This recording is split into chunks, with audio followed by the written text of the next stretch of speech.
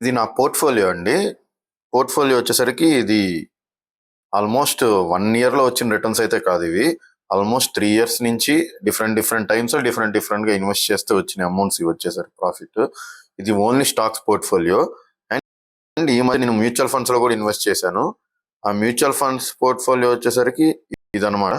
నాదొచ్చేసరికి ఇది జస్ట్ ఈ మధ్యనే ఒక ఆల్మోస్ట్ నేను ఇన్వెస్ట్ చేసింది జస్ట్ డిసెంబర్ అండి. అప్పటి నుంచి మార్కెట్ ఫాల్ అనేది జరుగుతూనే ఉంది. అందువలన వచ్చేసరికి అంత రిటర్న్స్ అనేది రాలేదు. ఈ మధ్య మార్కెట్ ఫాల్ అయింది, మళ్ళీ రికవర్ అయింది. నేను అసలు ఏం చెప్పాలి అనుకున్నానంటే మెయిన్ వచ్చేసరికి ఆప్షన్స్ ట్రేడింగ్ ఎందుకు చేస్తున్నారో నాకు తెలియట్లేదండి అందరూ. ఎందుకంటే ఒక్క వ్యక్తి కూడా profit and loss statement share చేయట్లేదు. Profit and loss statement share చేయట్లేదంటే దాని అర్థం ఏంది? వాళ్ళకి ఎక్స్పీరియన్స్ లేదు.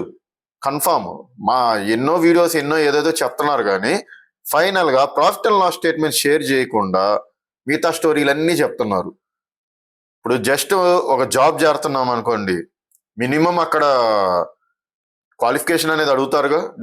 డిగ్రీ చేసామని చెప్తే అయిపోయిందా? డిగ్రీ క్వాలిఫికేషన్ అడుగుతారుగా. అలాగే ఒక వ్యాపారం చేస్తున్నారంటే వ్యాపారంలో ఎంత వచ్చిందో తెలియాలి. ఏదైనా ప్రతిదానికి ఒక డాక్యుమెంటేషన్ ఉంటుంది.